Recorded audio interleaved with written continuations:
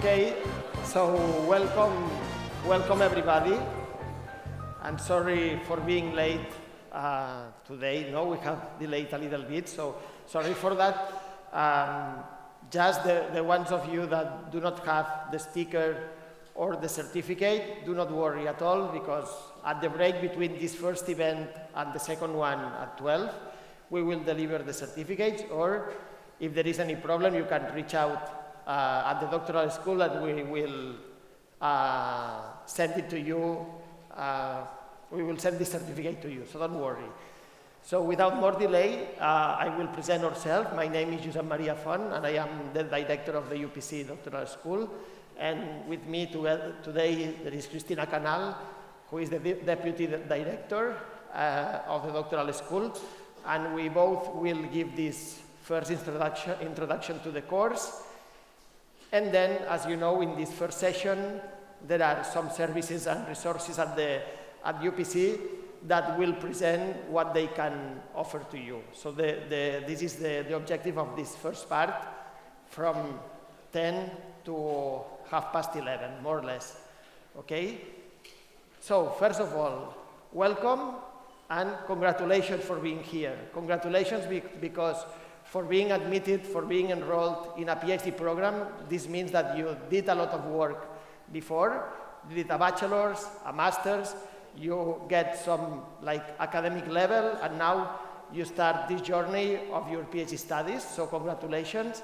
And we want to give you a lot of energy, a lot of support, so that this journey, this 4-year, 3 to 5 year journey for those of you who are full-time students, a lot of energy so that you really enjoy this experience of the doctoral journey at UPC. Today you will see that you are not alone. You have a lot of support, either of resources that are given by the university, the doctoral school, and of course your scientific laboratories, research groups where you are hosted. So all of this is the perfect ecosystem for you to develop your, let's say, doctoral career, okay? So a little bit to know who we are. So this is the building which is in this campus, the Nexus 2 building where the doctoral school is placed. In the doctoral studies, there are 5 knowledge fields and there are 45 doctoral programs. Each of you is enrolled in a single doctoral program, but today here there might be people of any of these 45 programs, and 8 of them are inter-university. The doctoral school has enrolled more than 2,000 students, and every year more or less 400 students are enrolled, and we defend more or less 1 thesis per day during the year, no? A little bit less, so 300 theses per year. Yeah, and as I said, these are the 5 knowledge fields, and your program is within one of those, no? That is architecture, civil and environmental engineering, industrial, information and communication technologies, and sciences. Then who we are, what is the doctoral school? Maybe most of you know the single person that attended you for your enrollment, but the management services and the academic services are wider. So in the doctoral school, there is an academic management team that is Cristina, I, and, well, actually in the future, from tomorrow, Luis Joffre, who will give the inaugural speech in the after session, who is the secretary. Then there is an administration team at the doctoral school composed by 6 people.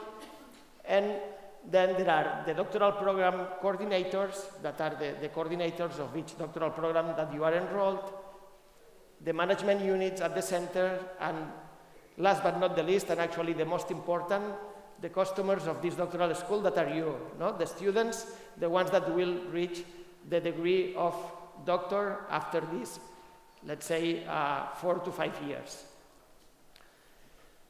So what we do at the doctoral school, we are responsible for the academic offer for these 45 programs, that they make sense and they represent the knowledge of the university. We do internationalization tasks, and maybe some of you know that UPC is linked to an European alliance that is UNITE. So, and there are possibilities for internships and co-supervisions within this this alliance, Unite. We also push transfer to society and entrepreneurship. Actually, this is one of the main objectives of our strategic plan, that the research you do has an impact in society.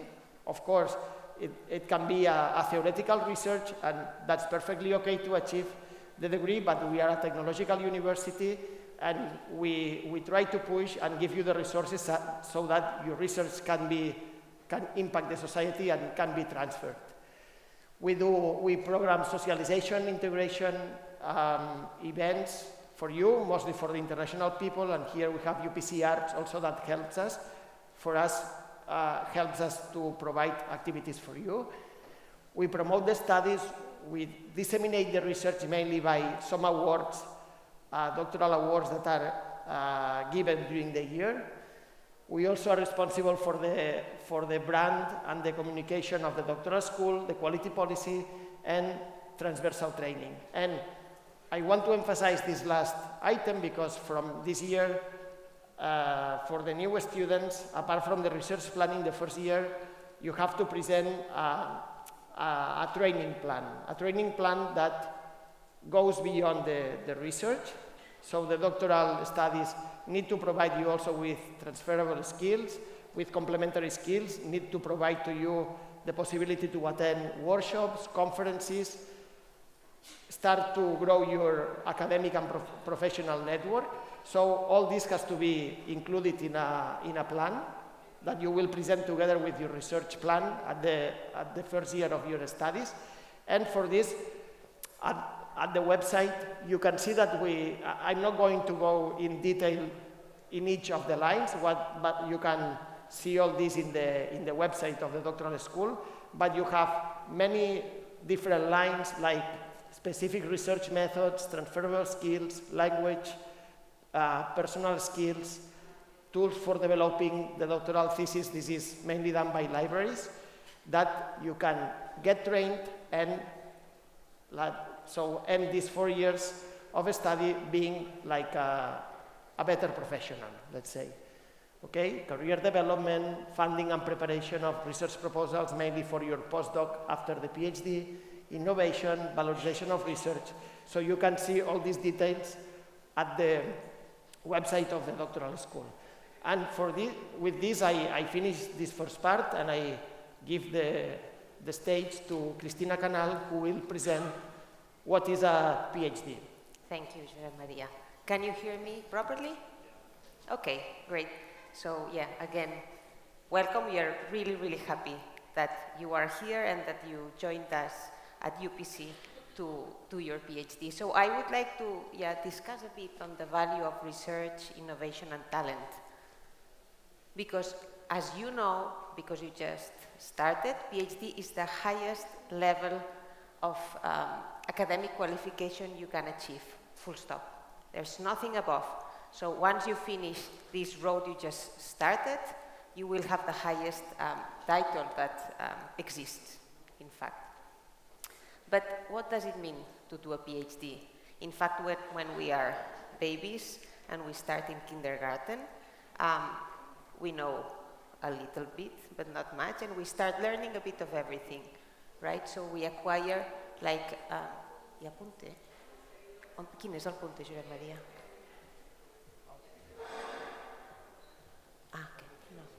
Okay. Well, there is no pointer, no problem. So when we are in primary school, we start acquiring general information. On high school, we expand, and we know a bit of everything. It's general knowledge. So once we start the university, we start specializing a bit in the bachelor, and when we do a master, we specialize even more on a particular topic. When we start the PhD, we are pushing the knowledge to the frontier, to the limits of the frontier knowledge, right? And by reading a lot on a particular field, by learning, I will zoom on this part. By reading a lot, we get ideas, and one day we get an idea, thinking, working hard, we are able to break the boundaries of the knowledge in the field we are studying. At that moment, we become PhD. This is what being a PhD means. So when you do this small or big innovation in your field that advances science or technology is when you become a doctor. And this comes with a lot of reading, working, but especially, hard working. So this can be in different fields. Maybe you are working on new energy sources or building new materials on a new therapy, a theorem that you want to demonstrate. But in any case, this is what it means to do a PhD, breaking the frontiers of knowledge. And I would like to remind three sentences of Albert Einstein that you all recognized here. And he said, "I have no special talent, I am only passionately curious. I am sure that all of you here want to do a PhD because you are curious. You want to know more about what you are starting to do now." So this is a very important quality. Something also very important that will help you advance. He said, "We cannot solve our problems with the same thinking we used to create them." Now it's very fashionable to say, try to think out of the box. So this is what you will have to do at some point. Try to think differently to solve a problem that no one has been able to solve up to now. And this is very important. And this genius is 1% of talent that I'm sure you all have, and 99% of hard work, which you will have to put into force for the next 4 years. So about the PhD path, there is a very funny page that I recommend, which is called PhD Comics. If one day you are feeling down, go and read something there. It has very good ideas.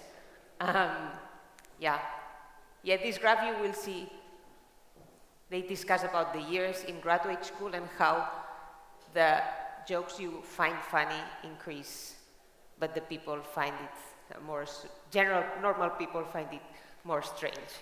That happens. But there's also other things to the PhD path. And in fact, I think this is important information for you.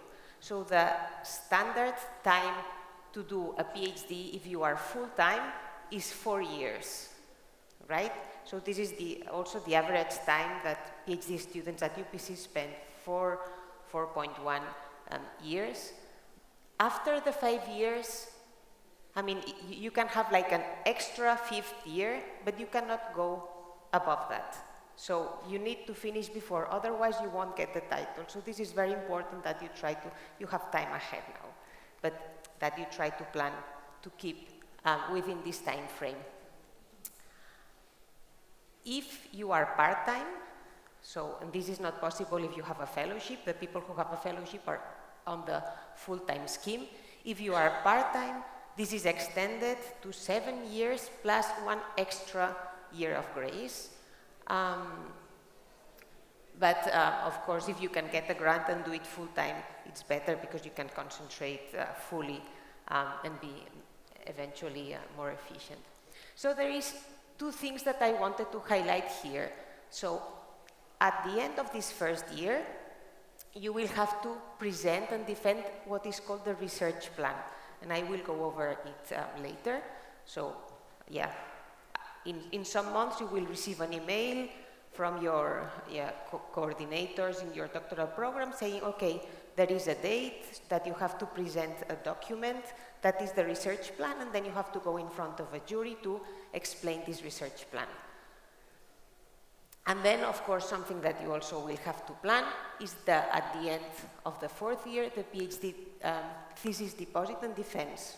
It is important to know that once you have the whole manuscript, there is a process that takes between 3 and 4 months between the moment when you have your final manuscript and you bring it to the doctoral school until the day that you can defend. And it is important that you calculate this time, so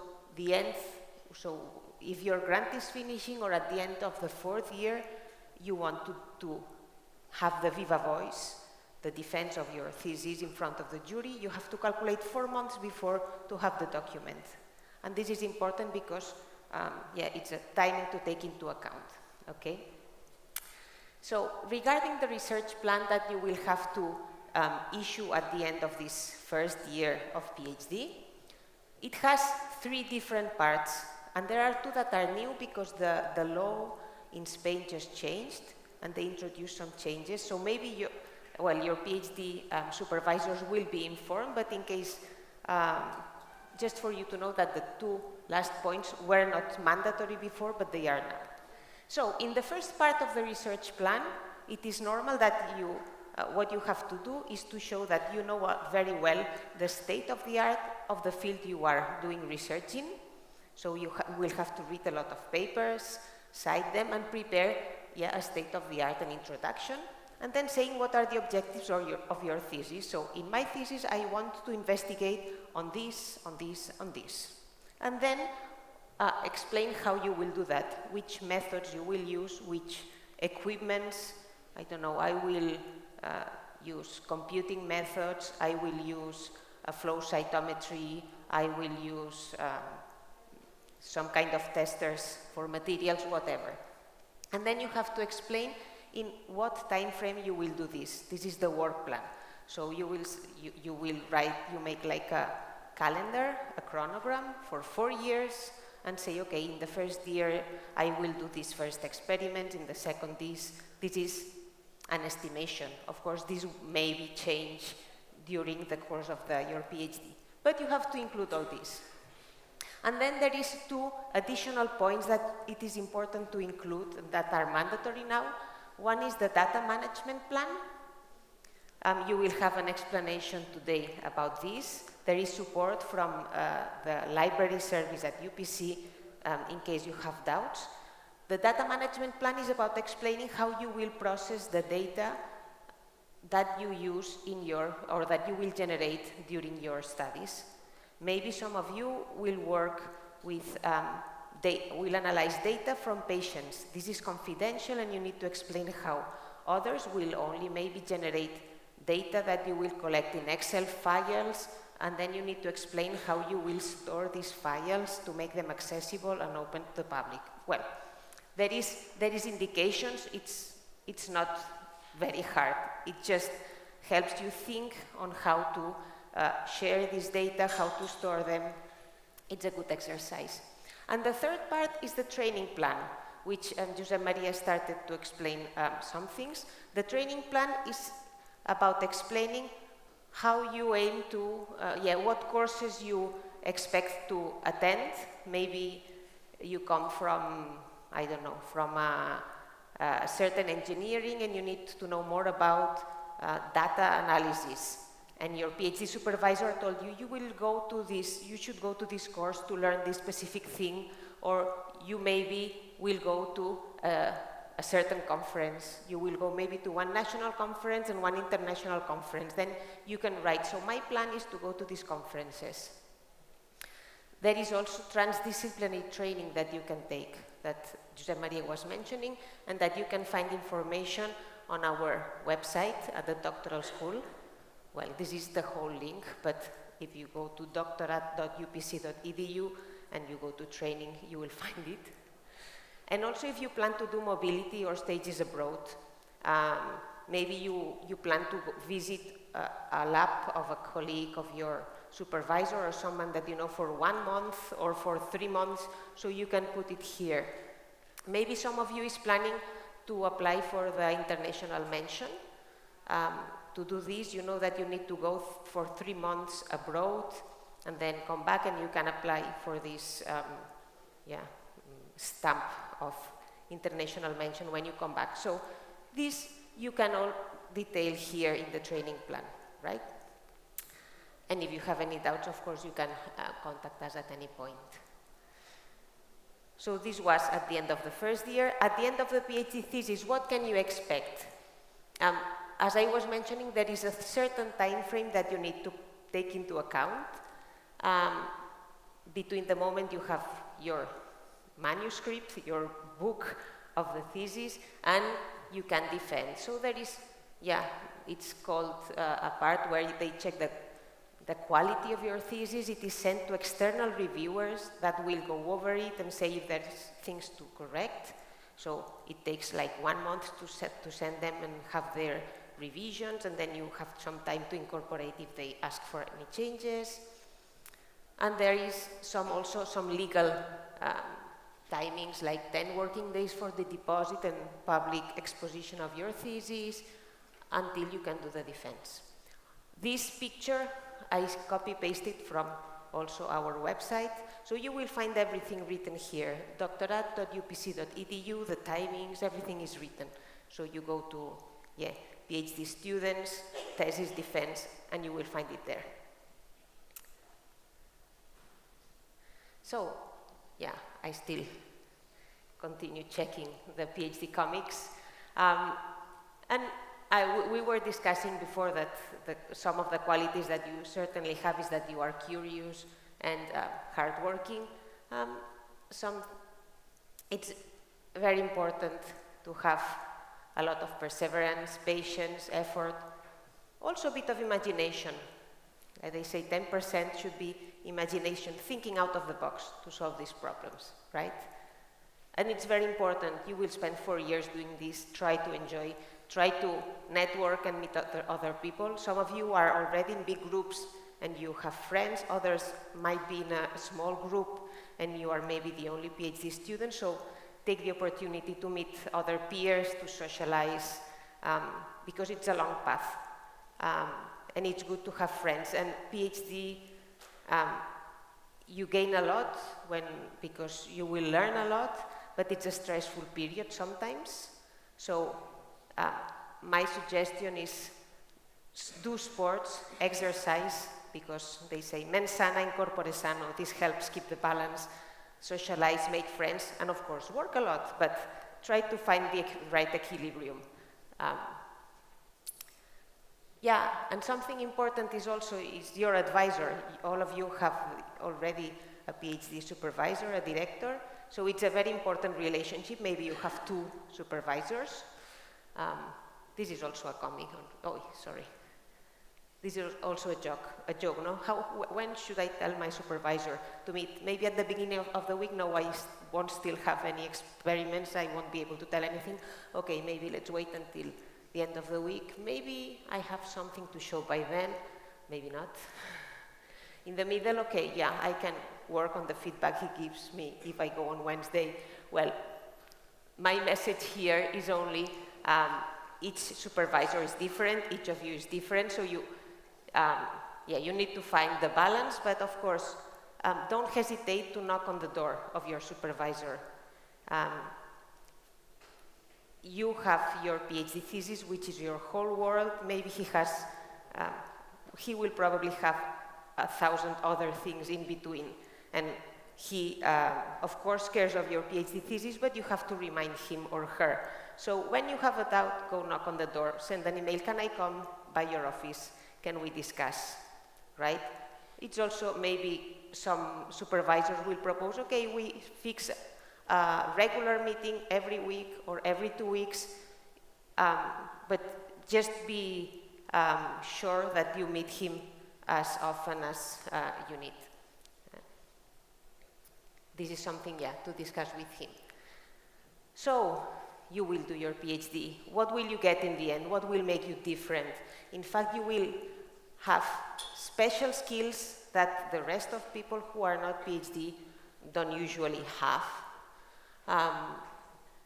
Because you will exercise your passion for research, you will make an original contribution to your subject, so you will be very specialist in a particular field, and you will have gained transferable skills which are very much appreciated now and more in the industry.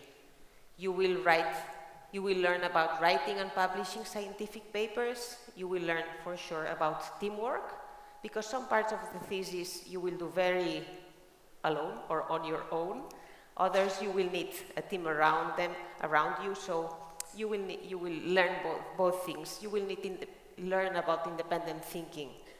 You will be your own boss in many things, maybe not so much in the beginning, but after a while you will empower yourself and you will be able to start proposing your own experiments, planning your own time. You will generate new knowledge.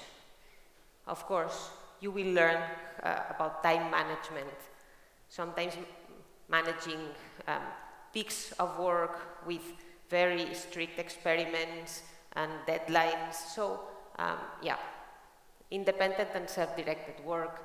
And you will also, this is an opportunity also about making a network. Not only in UPC, you will probably go to conferences, meet people from your field, so take this opportunity to build your own network in your field.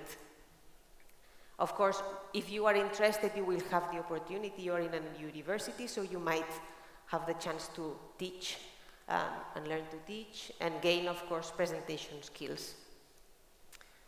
So you will have a unique profile in the market when you are looking for a job. Because the typical path after in the career of a PhD is usually doing one postdoc abroad, maybe a second postdoc, and then to get a stable position. And it was thought before, some years before, that everyone that did a PhD would finish in academia.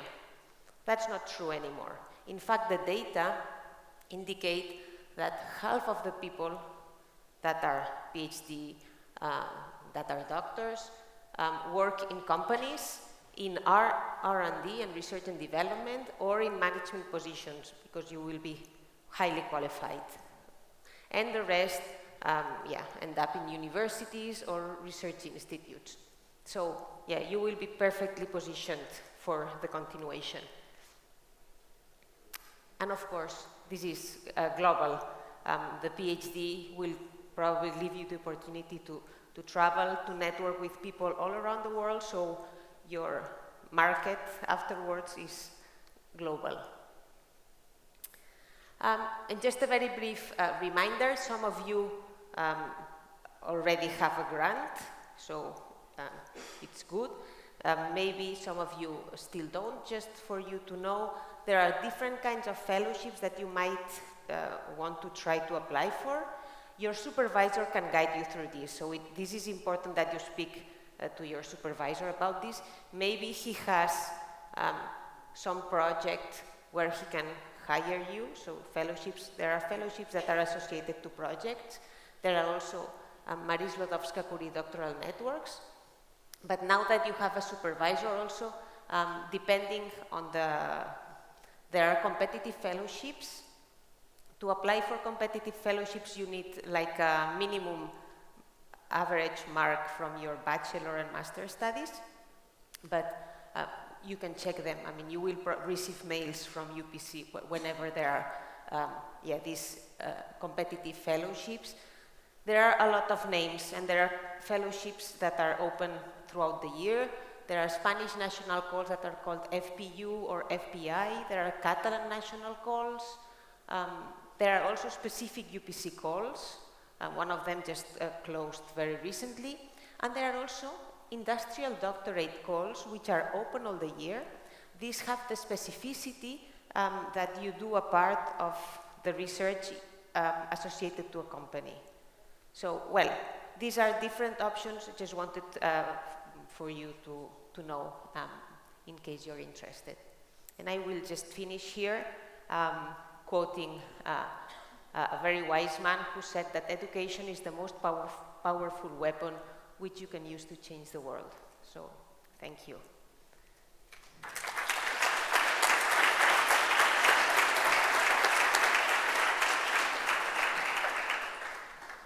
Yeah, we will now move on to the second part of these talks, of this session, where you will have information about different services that UPC provides that may be of interest to you. So the first one will be Karma Fanoll, which will tell you very... Thank you.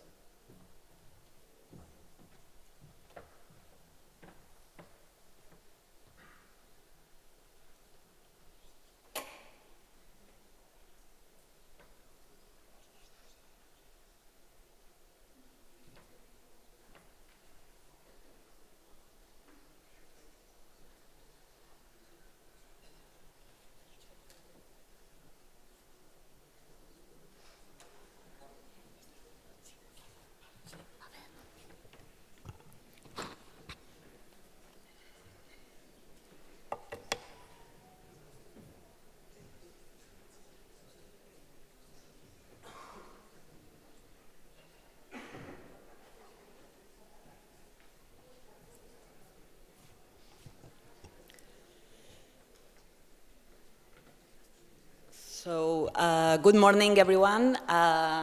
Welcome to the UPC, and congratulations for being here. My name is Karma Fenoy. I'm the director of the Cultural and Community area here at UPC. Our facilities are very close from here, next to the bar in this building. So if you want to meet us, please go straight.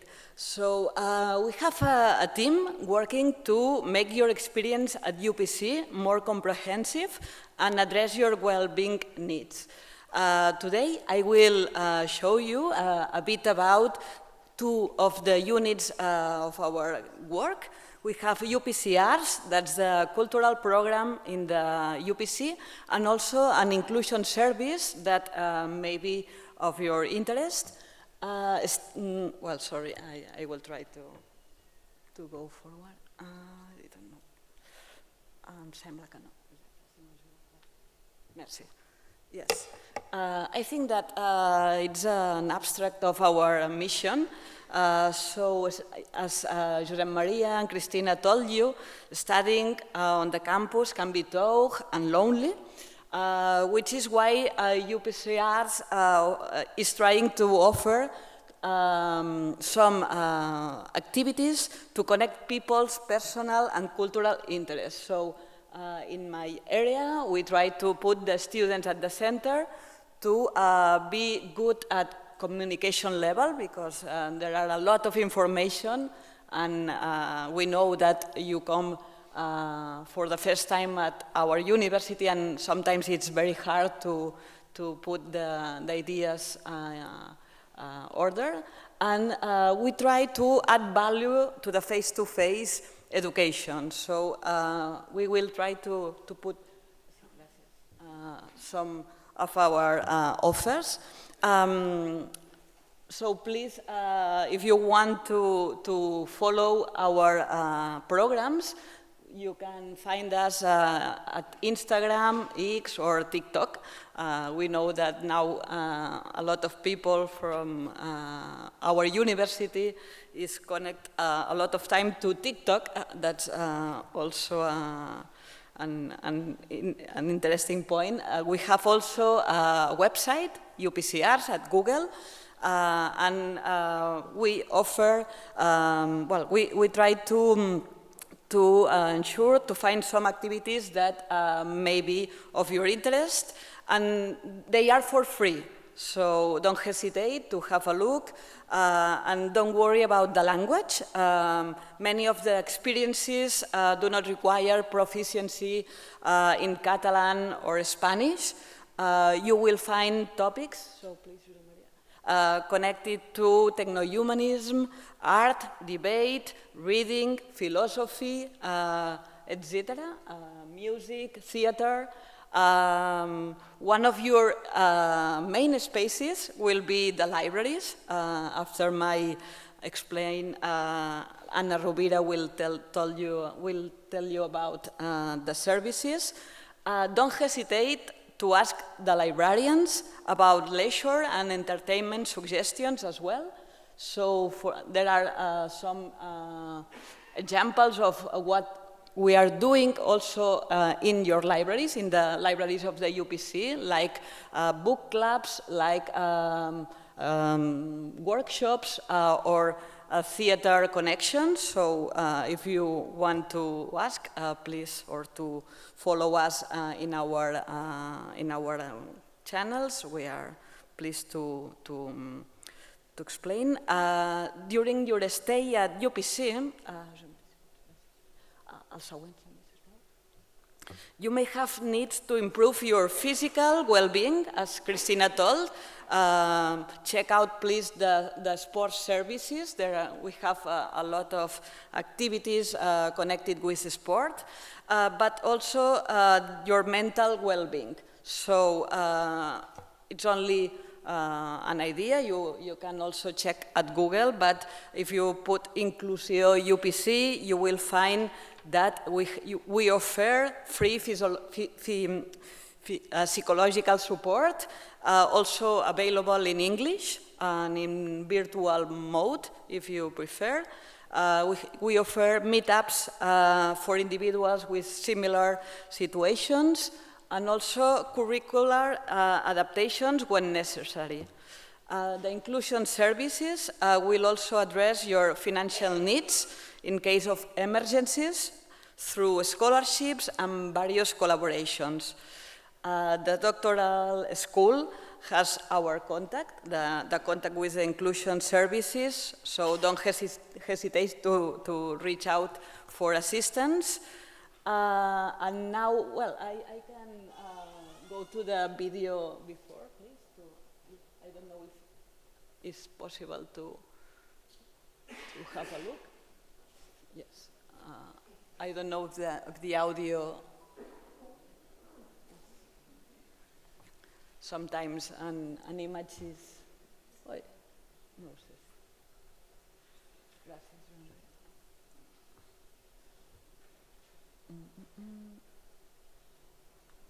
Los anuncios. Más reacciones predecibles. Sorry. Well. Just a second, please.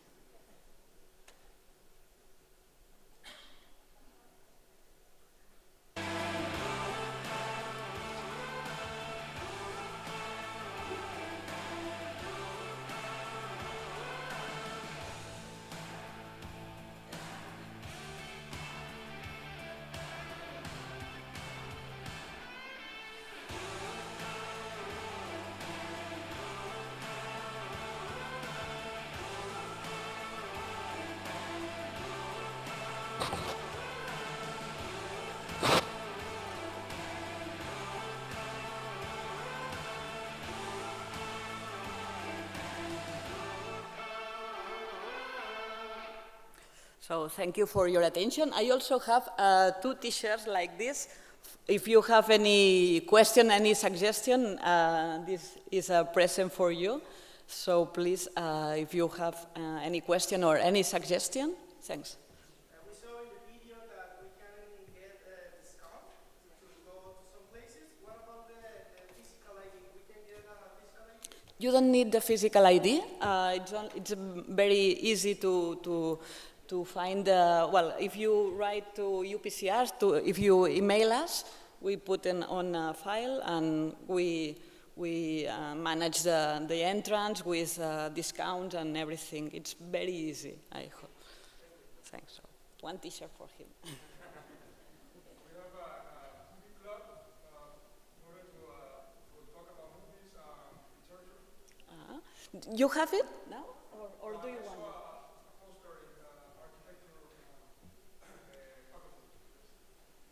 Yes, we have movie club, we have theater club, so please don't hesitate to email us, and we will try to contact your interest with the associations in all the campuses. We have 9 campuses, a lot of offer, so please don't hesitate to contact. I'm interested, I don't know, in reading or in cinema or in theater or in anyway, so please, we will try to help you to enjoy your experience here at UPC. So thank you very much and have a nice education here. Thanks.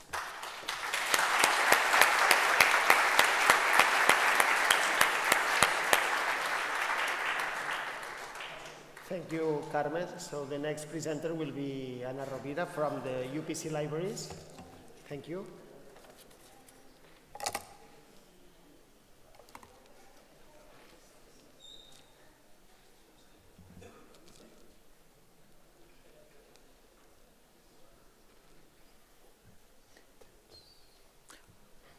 Okay, good morning. I'm Ana Rovira from UPC Libraries, and I'm going to present some tricks or some important information regarding the UPC Libraries.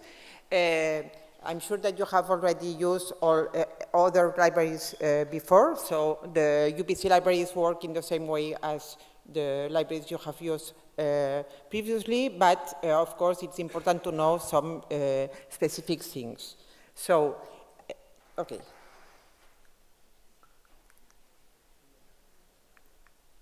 Yes. The first thing is that we used to use specific names in order that it will be easy for you to remember specific things, specific services, or specific tools in the library. For example, the web page that we have, the library UPC web page, it's called Bibliotecnica. And this is the URL, it's use this name. So after then, the engine you use for searching information within the catalog of the library, the name is Discovery, and so on. So we will explain you, every time you go to the library, we will mention these names, and it's the way that we expect it will be easier for you to remember all the services we have specifically for you. Because the idea is that we want to offer you specific services which maybe are not useful for undergraduate students, but they can be very useful for you. So this is the general idea. We have the web page, we have the discovery tool, we have the an button that I will explain you more later. There are a lot of databases and electronic information that can be used for the period you will be doing your doctoral thesis, and so on. So another important thing is that, of course, we have a very important virtual library in which you will find a lot of scientific information in order to help you to do your thesis, and also you will find all the virtual services that we can offer through the web. But of course, in each campus at UBC there is a library, at least one library. In the South Campus we have 4 libraries, so you have 12 libraries for you to use physically. And when you go there, you will probably need, in the campus north here, in order to be able to get in, you will have to use your UPC card, which you have at your mobile, as I have seen all of you were using before. So you need your UPC card to get into the library and also to take books in loan. So remember this when you will use the library. And also in the app, the library app, there are a lot of services that you will that it will be easy for you to know. As for example, if there is a lot of people in the library and you want to use a spot, a place to study, so you will know the percentage of usability at this moment of the library. So the mobile can be a useful tool for you also in the library. Regarding the web page, Bibliotecnica, when you get into the home page, bibliotecnica.upc.edu, just in the home page you will find a specific place where you will see I am a PhD student. Then you select that and you will have presented all the services and resources we have prepared for you during your doctorate in order to do your research. Also to publish articles, because as it has already been said before, it will be probably that you will have to publish articles. So you have a lot of information there to help you to find a good journal to publish in, what is an ORCID ID, how to get an ORCID ID, and things like that. So everything regarding the publishing activity, and also a lot of information to seek for documents, articles, databases, so on. Everything is prepared in this specific web page prepared for PhD students. Another important tool, as I mentioned before, is, as all libraries, we have a catalog, and in this catalog you can find not only physical books and journals, but especially all the digital collection. We have more than 50,000 journals and books in the electronic ones in the catalog. So there's a lot of information, and the engine you use to to find all this information is the discovery. So you can see also there is a video how to use the discovery tool, but it tries to be like Google, like a search engine, in order to find all the resources we have for you. Sorry. Oops.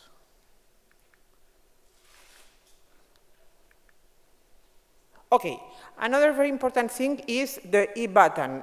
When you will, if you go through the discovery to find a journal, an article, and so on, you won't need the E button, but normally we know that you do a lot of searches using Google or Google Scholar.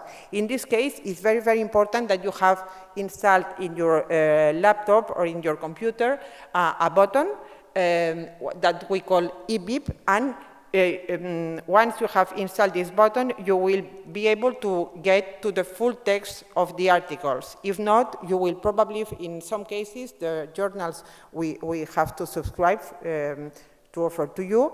If you don't have this E button in your sidebar, you won't be able to get into the full text. So once you arrive to a specific place where you have to open the article, you press this button, and then you will be able to get into the full text. So if not, you will, in the screen, you will find, or that's it, you will be asked to purchase the article. So it's not the idea. The idea is that you can use all the resources we have. So when you click the button, the text will be offered to you in full text. So remember, because this is important in order to get access to all the information we have. Another important thing is that all university libraries, we have a very big repository, a very big institutional repository in which we publish all the scientific output from the university. This scientific output has already been published in commercial journals and so on, but the university wants to keep all the information, or the articles, theses, reports produced at the university in one place, and this is called UPC Commons. So in UPC Commons you will find, for example, all the previous theses that has been defended at UPC. So it can be very important for you to know, for example, what has been the research done by your director, or the previous thesis defended at this university in the same subject as you are doing your research. So UPC Commons is a very important database that you will probably use, and in which in future you will find also your doctoral thesis.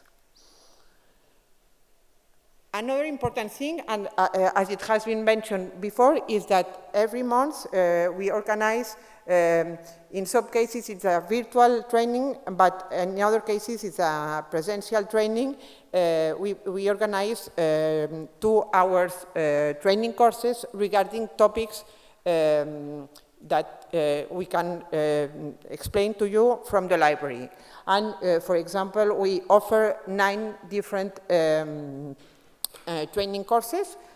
Not every month we offer the 9 training courses, but in one trimester we offer all these 9 training courses in English and also in Spanish. So you have to know all the general offer and organize yourself depending on the language you normally use. These training courses are, for example, how to organize the information at the very beginning of your doctoral thesis, your doctoral activity, but also, for example, we help you to publish a paper in the training scientific publishing, or, for example, to prepare your manuscript at the end of your doctoral thesis when you will have to defend the manuscript. Apart from that, I would like to highlight a new training course that we have prepared this year for you in order that you know how to do a data management plan. As it has been said before, you will need to present a research data management plan as a complement of your research plan. So in the library you have resources, but also we can train you how to do this if you follow this session. Also, other topics that I'm sure it can be useful for you during your thesis. And just to finish,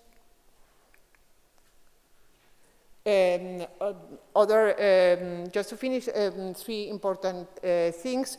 From the library, once per month, we send you like a newsletter with some information that we think that it can be interesting for you. Articles, for example, regarding research and artificial intelligence and things like that. And in every month's newsletter, you will find the next training session we organize. So it's like the way that you can be aware of all the training sessions that we offer to you. Another important thing is that when you will have to do the DAT, the document of the activity of as a doctoral student, from the library we review the information that you put there in order to validate it and to complete the reference if it's not completed. So we can also help you, or the library is participating in this process. And maybe if you have some doubts or something regarding the DAT, we can help you from the library. And then at the end of the process, the library will publish your doctoral thesis at the UPC Institutional Repository, UPC Commons, and also in the Catalan repository of thesis. Just if you want to follow us, we are on Twitter. You have here our tweet account. And this is all for my part. I don't have I don't know how to say this, any things to offer to you, but of course, if you have questions or whatever, I'm here to help you all this morning. And please come and use the libraries. They are just here to help you. Thank you very much.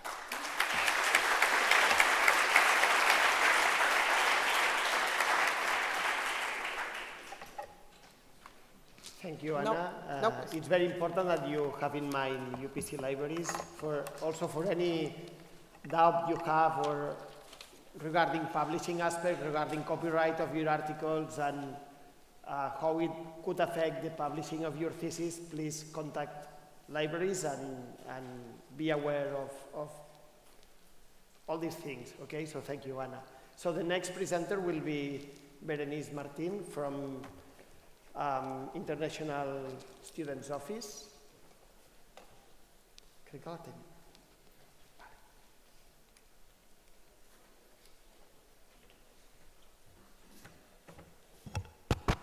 Good morning. Bon dia. Buenos días.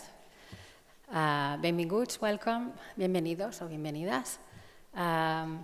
You may already know me because you maybe have already passed by our physical International Students Office or not, or maybe you know us because you have been in touch with us before coming.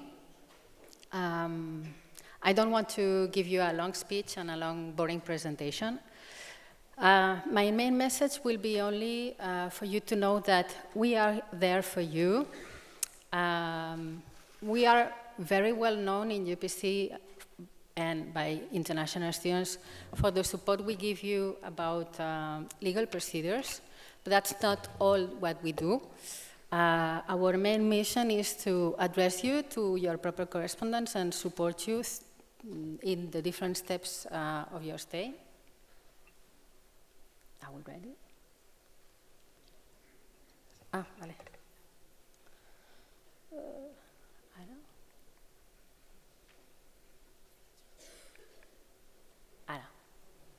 So it's very simple. 1, 2, 3. Before coming, And not only for you, because many of you, you may have come with your relatives. Muchos de vosotros a lo mejor habéis venido con familia, con esposa o marido y vuestros hijos.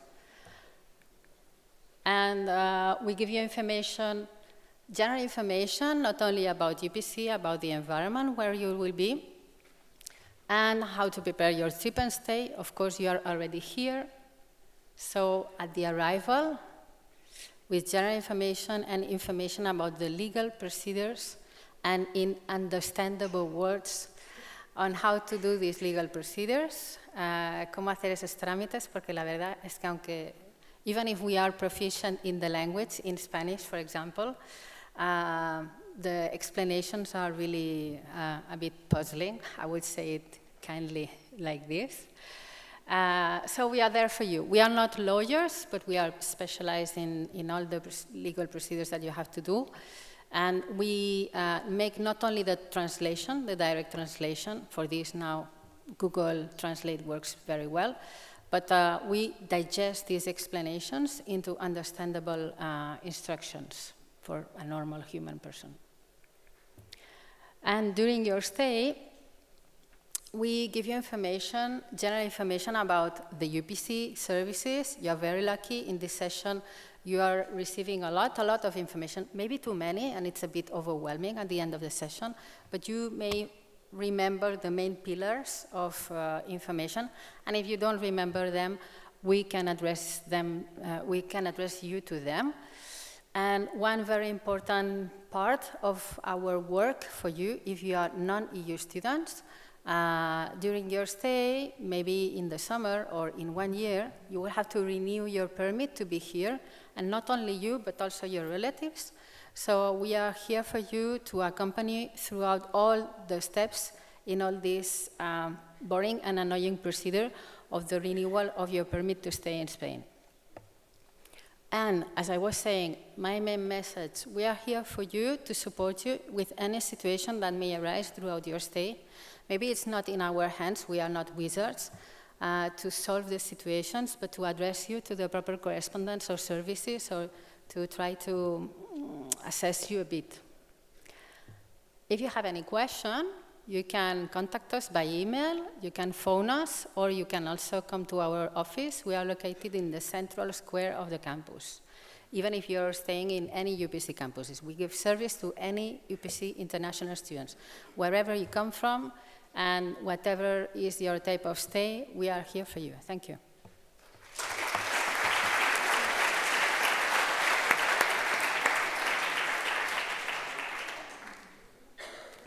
Thank you, Berenice. Very important, because you must know that the doctorate are the studies that have more internationalization. Actually, 55% of you are from outside Spain.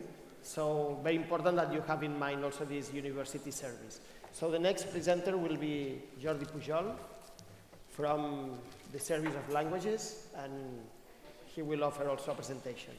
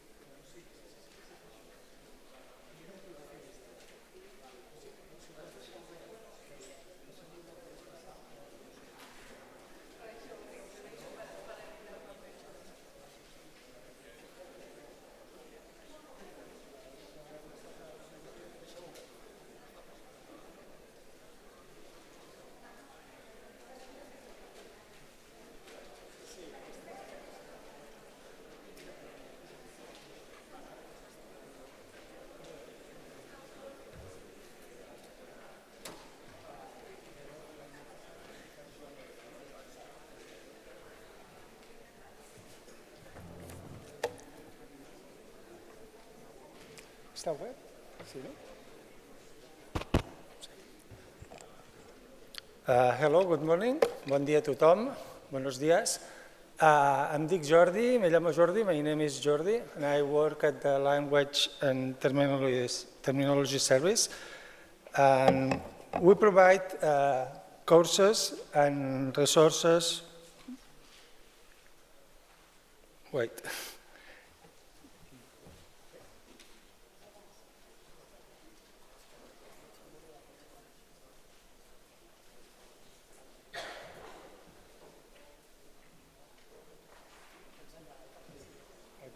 Okay, so, sorry.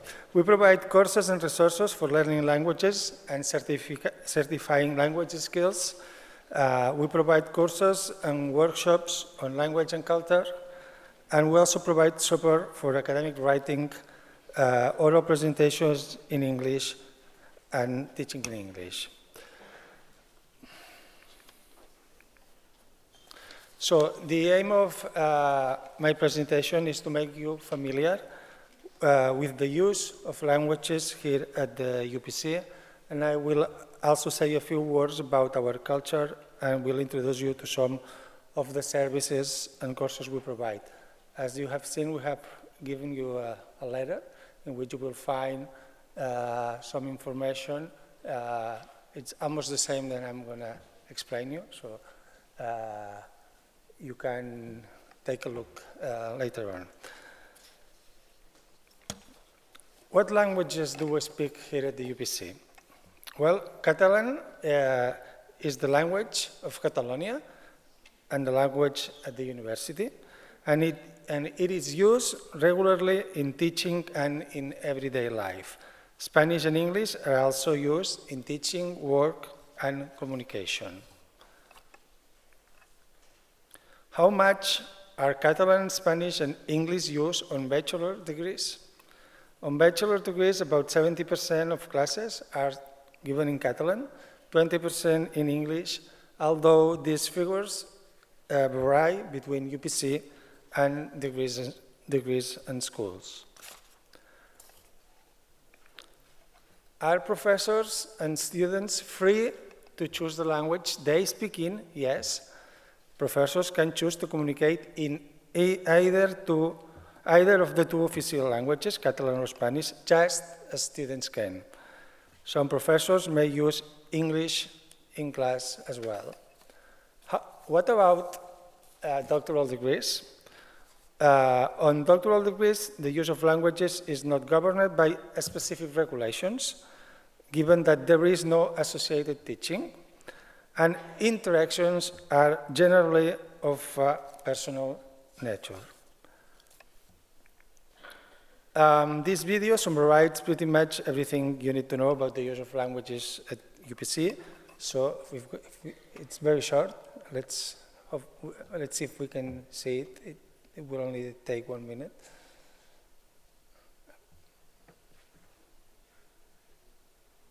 The UPC. At the UPC, classes are taught in Catalan, Spanish, and English. Catalan is the main language on bachelor's degrees. You have the right to know the language of instruction of each subject. Find out the language of instruction before you enroll. You have the right to be taught in the stated language. It's everybody's responsibility to respect the language of instruction. You have the right to use Catalan and Spanish orally and in writing. Whether the class is in Catalan or Spanish, you have the right to use either of the two official languages. And English, if you come to an agreement with the professor. And to make it easy, we offer you a cultural and language reception program. It includes mentoring, leisure activities, and Catalan courses. Welcome to the UPC. Okay, let's continue.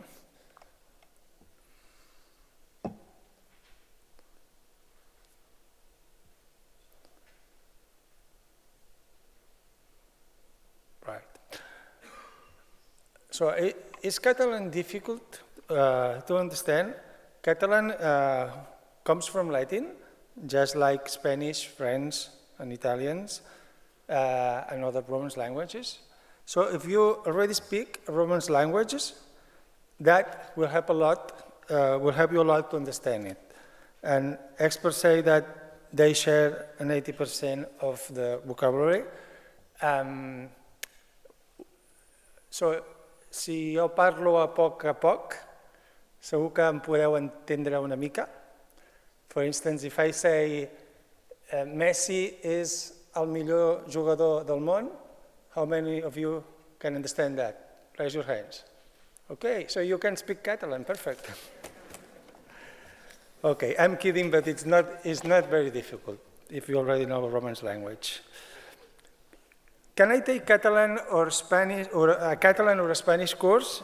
Yes. All international UPC students who comes to a Catalan university, the UPC in this case, have the right to take a Catalan course at a very low fee, almost free. Spanish and English and other languages courses are also available.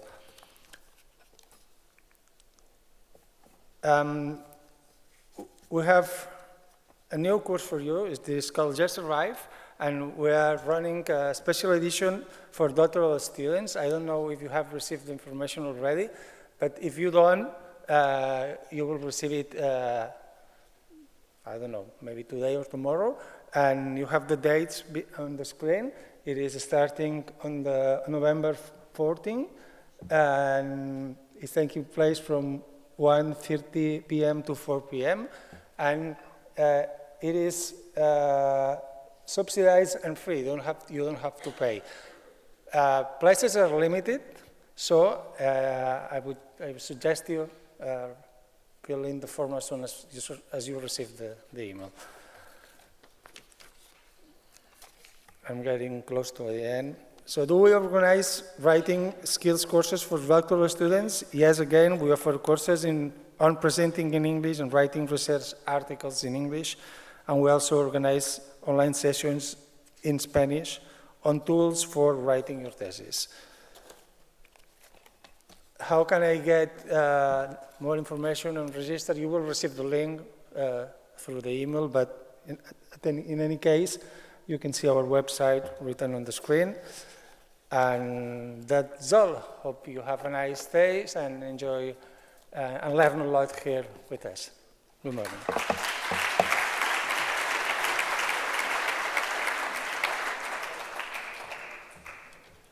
Thank Jordi. Also very important to take into account your writing skills and improve communication. And we arrived to our last presentation by Matilde Cadene from the Service of Management of Innovation.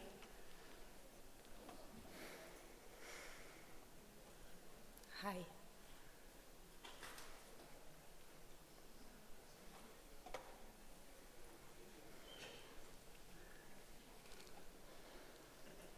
Thank you. Thank you very much. Hi, everybody. Well, welcome to the UPC. Bienvenidos, benvinguts, benvingudas. So yes, my name is Matilde. I'm part of the innovation unit of the UPC, and I will just try to give you a brief introduction on what we do at the innovation unit, and maybe also some key information for you if you want someday to understand how you can protect or transfer your results, your research results from the UPC. Uy. Perdón.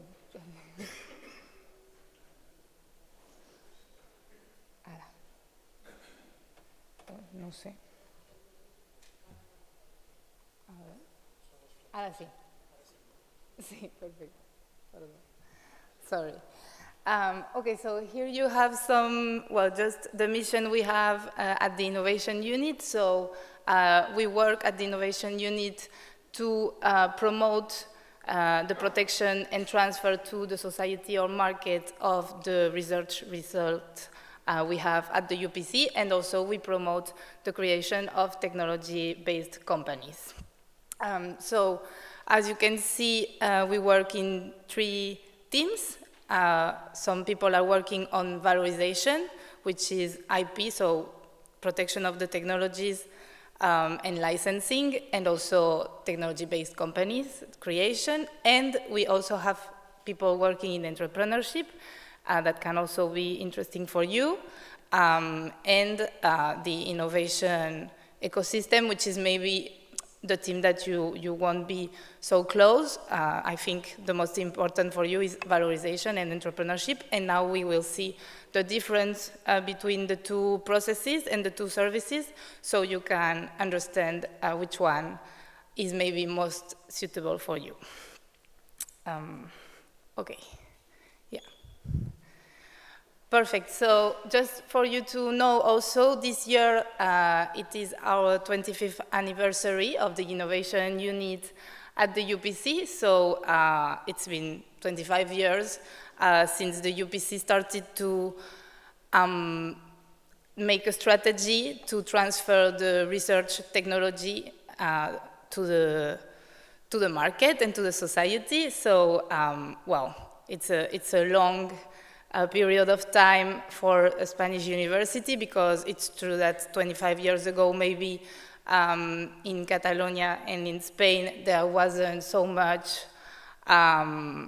well, tech transfer policies. So, well, at this time, we were one of the first universities to make this kind of strategy. And here you have some examples of startups and the spin-offs that I will now explain the difference, because maybe some of you, you don't have the information yet. So yeah, here you have some examples of the startups and spin-off who well, of entrepreneurs who went to the Innovation Unit, and who we helped to create the company.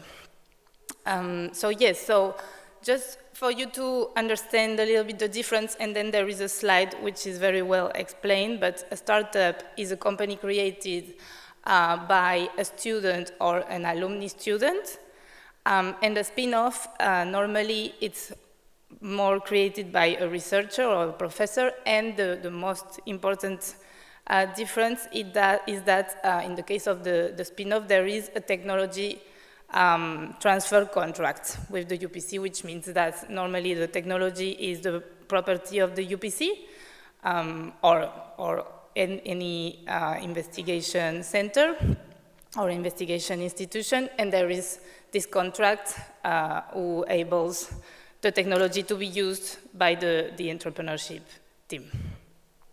Okay. Here you have some key indicators of our activity in 2022. So as you can see, last year from our tech transfer office, so from the innovation unit, we could create 13 new patents, which is quite a good number. We had also 15 new licensing contracts and the creation of 6 new spin-offs. And you can also see the spin-offs indicator that we also manage from the innovation unit of the UPC.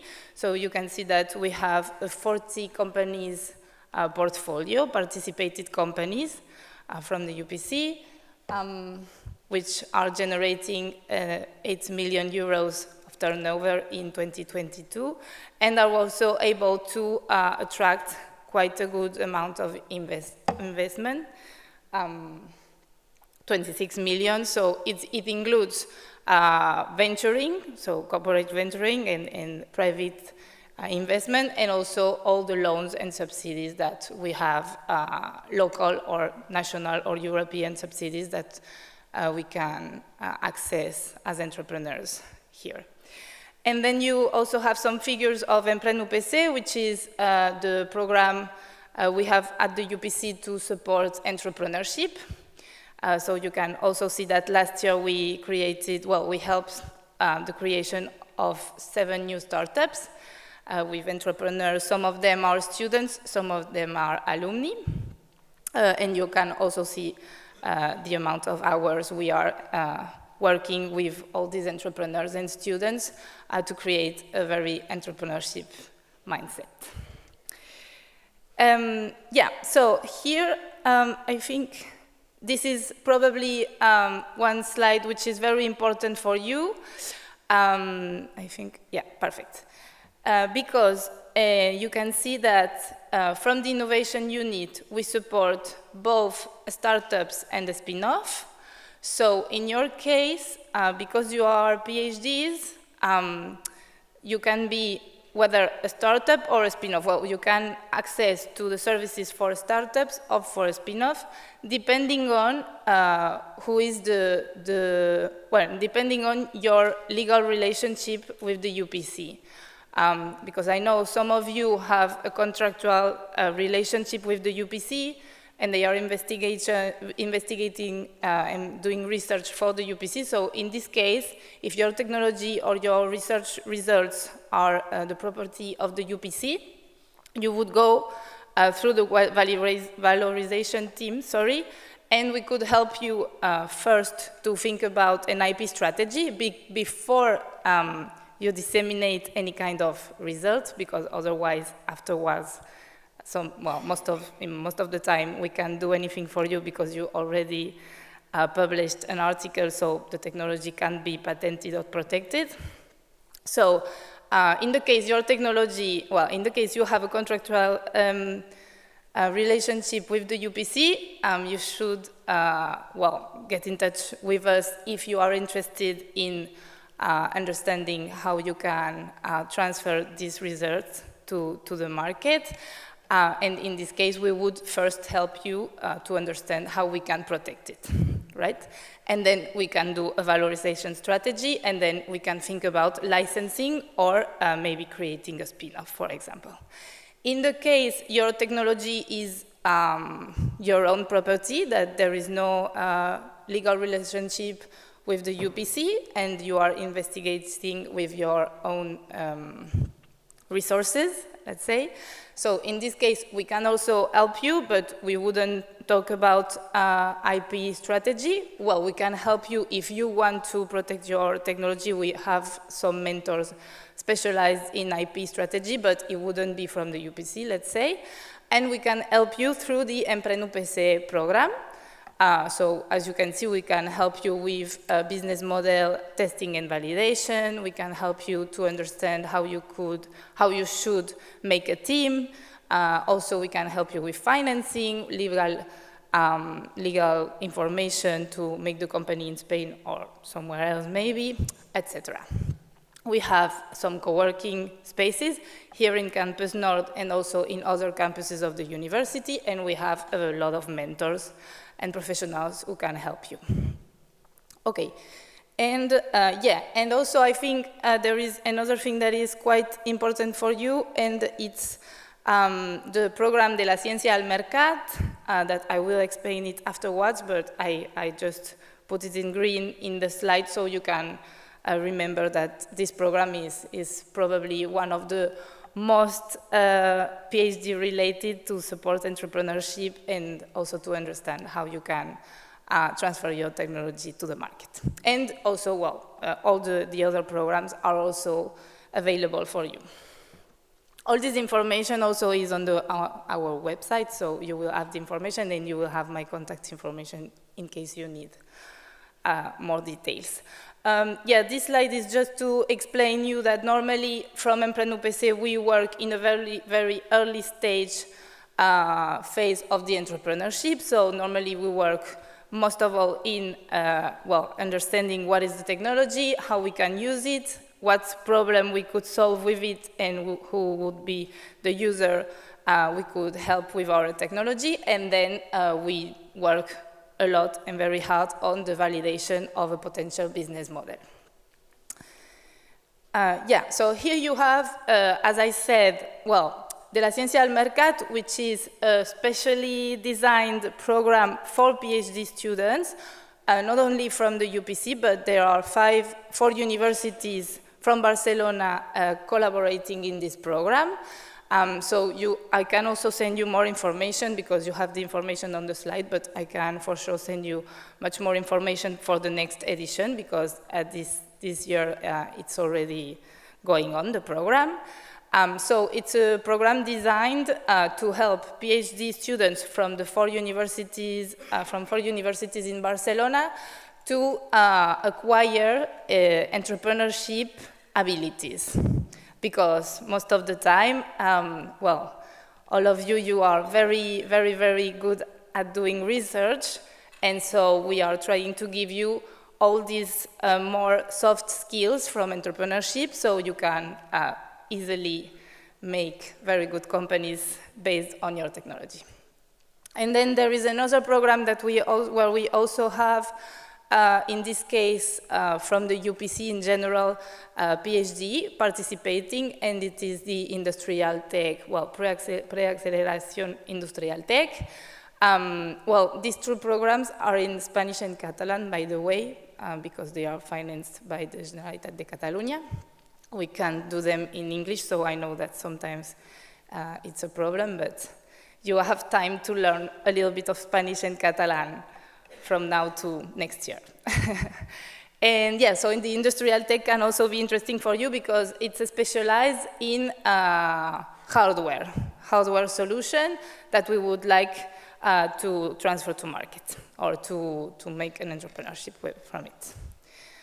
Yes, and this is an invitation to the Barcelona Deep Tech Summit. The registration is now open, so in the 28th and 29th of November, there is a summit in Barcelona called Deep Tech Summit. It's an initiative from five universities of Barcelona and Barcelona Activa.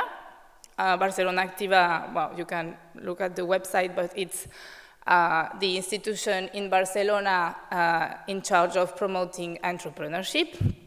So it's a summit, well, it's about deep tech, so all the keynotes and the lecturers that are coming to the summit are coming from every part of the world, and they are coming, well, whether to present their very deep tech technologies or projects, or also there are some investors and a lot of opportunities.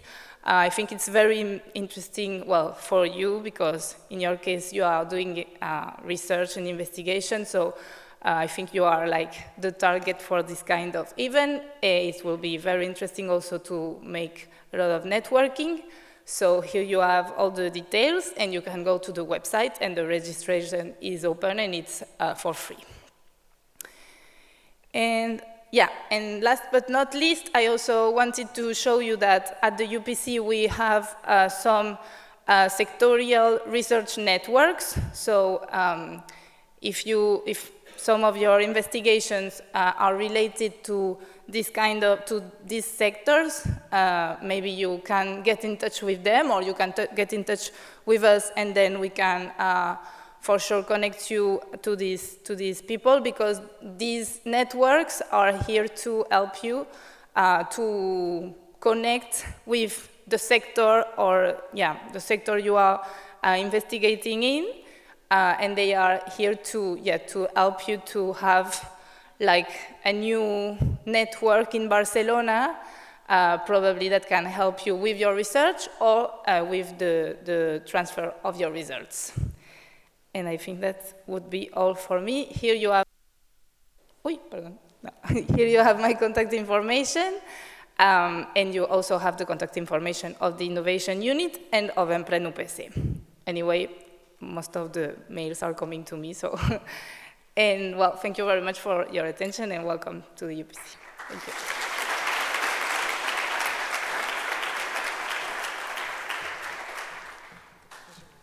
Thank you. Yeah. Thank you very much, Mathilde. In line what she was mentioning, as you saw, there are a lot of tools to help you if you want to transfer something to the market. It is very important. You will probably make discoveries during your PhD thesis. What Mathilde mentioned, not to communicate anything, because if you have something that can be exploited in a company, in the market, it's important to make a patent. And to make a patent, it's very important to keep the secret, so you cannot, don't even send an abstract to a conference or write a paper before writing the patent. So if you think you have discovered something new at some point, discuss with your supervisors before sending it anywhere, because otherwise maybe your idea is wonderful and you would have made a lot of money, but if you sent it for a conference, for a poster, when they examine the patent, the reviewer will see it and they will tell you, we don't give you the patent, so then you cannot go over along to the market. So it was just a tip, an extra tip, and now, yeah. Now we have just 10 minutes or so before a rest. We will do a rest before the second part of the event. But now feel free to ask if you have any question, any doubt.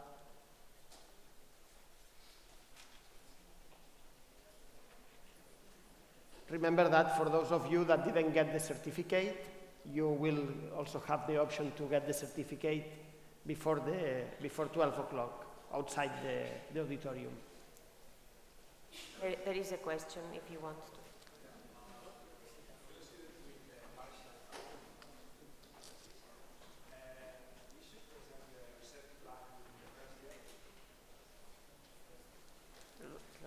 Yeah. In principle, you have a bit more time to defend it. No, everything is extended, so it could be up to the second year. But it is a planning, it can be modified, so you can, I mean, if you have time to, it's maybe better if you can do it on the first year, because then you have the planning ahead and everything might go more smoothly. And you can get also feedback from the jury. If something is not properly oriented, you will win time in the end. So my suggestion would be to do it at the end of the first year. Any other questions? Otherwise, yeah, we can take... Let me change again to the presentation because we missed a couple of things. If you can put the PowerPoint. Yeah, people in the... We need to change to presentation mode.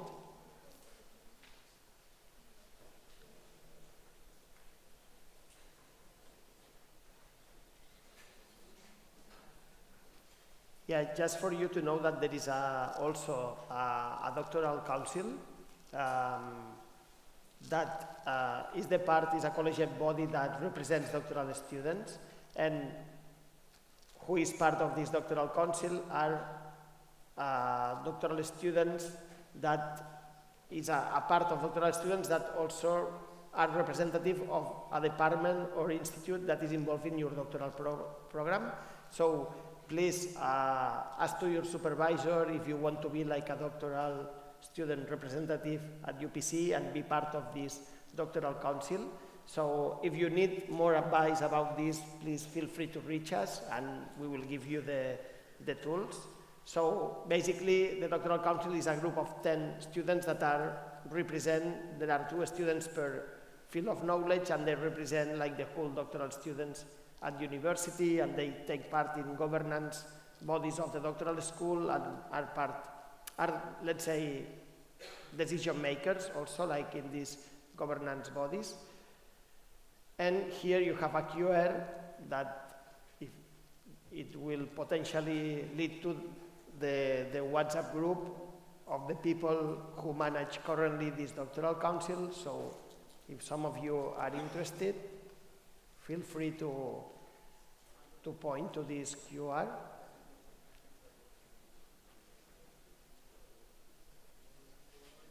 So we want you to, the ones of you that would like to do this, to be proactive and participate. So any of you that have this, that would like to represent doctoral students, feel free to ask and to join. Okay? There was a question over there. Yeah? Is it related to this? Well,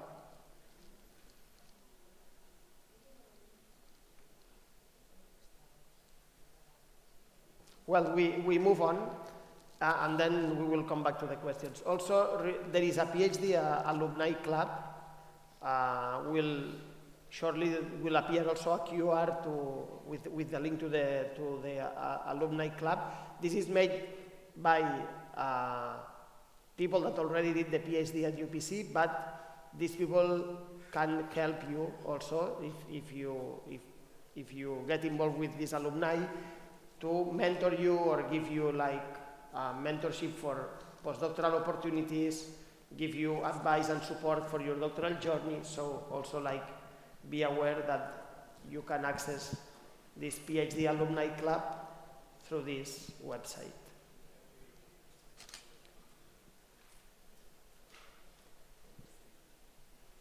Yeah, hopefully you join.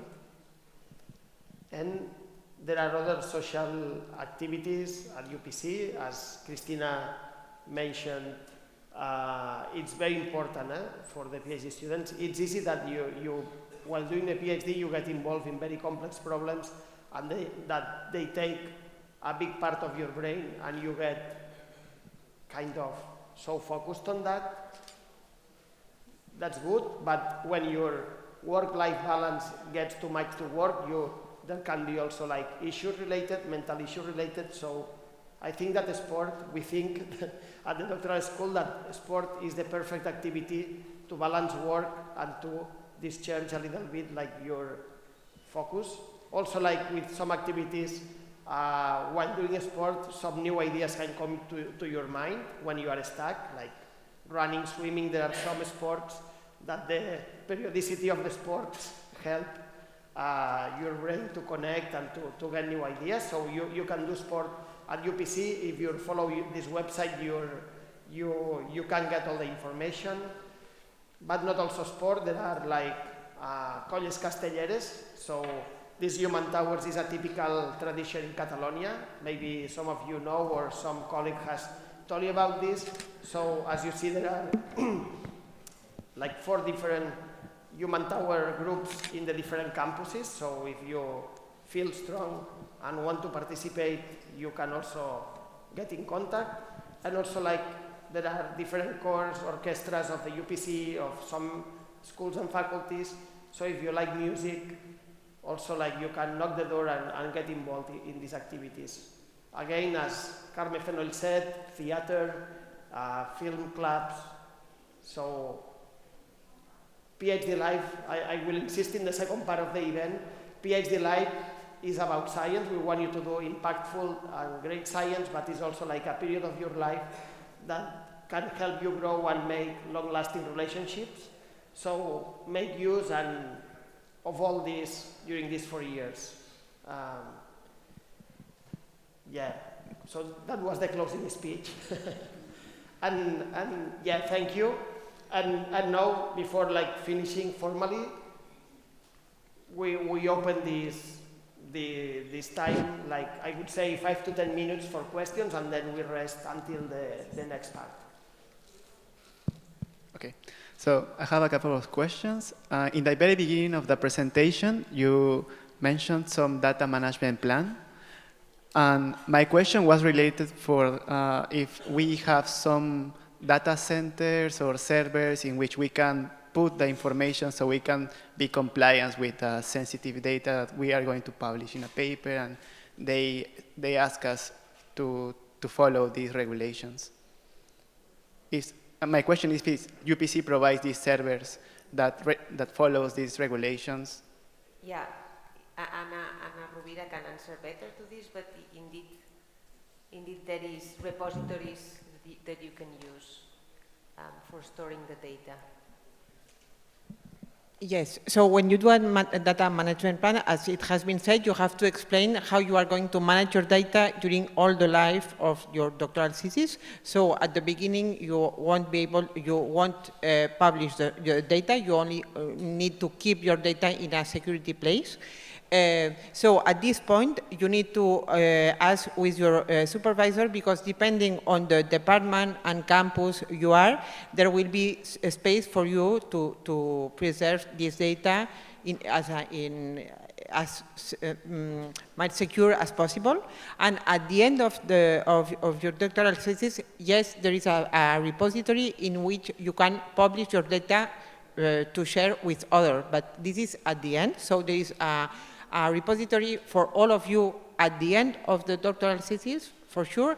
And in the previous period, you have to talk with this with your supervisor, because depending on the department, the campus you are, you have some spaces or other. And of course, the UPC really is worried about to save all this data, but the resources are different in the campus. So I think you should ask to your advisor.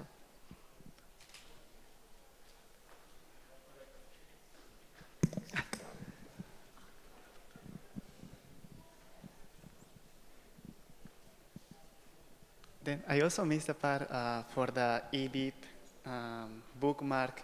Is it also available for mobile phones? If I want to check for a paper in my cell phone, can I also get this bookmark? Or no? No.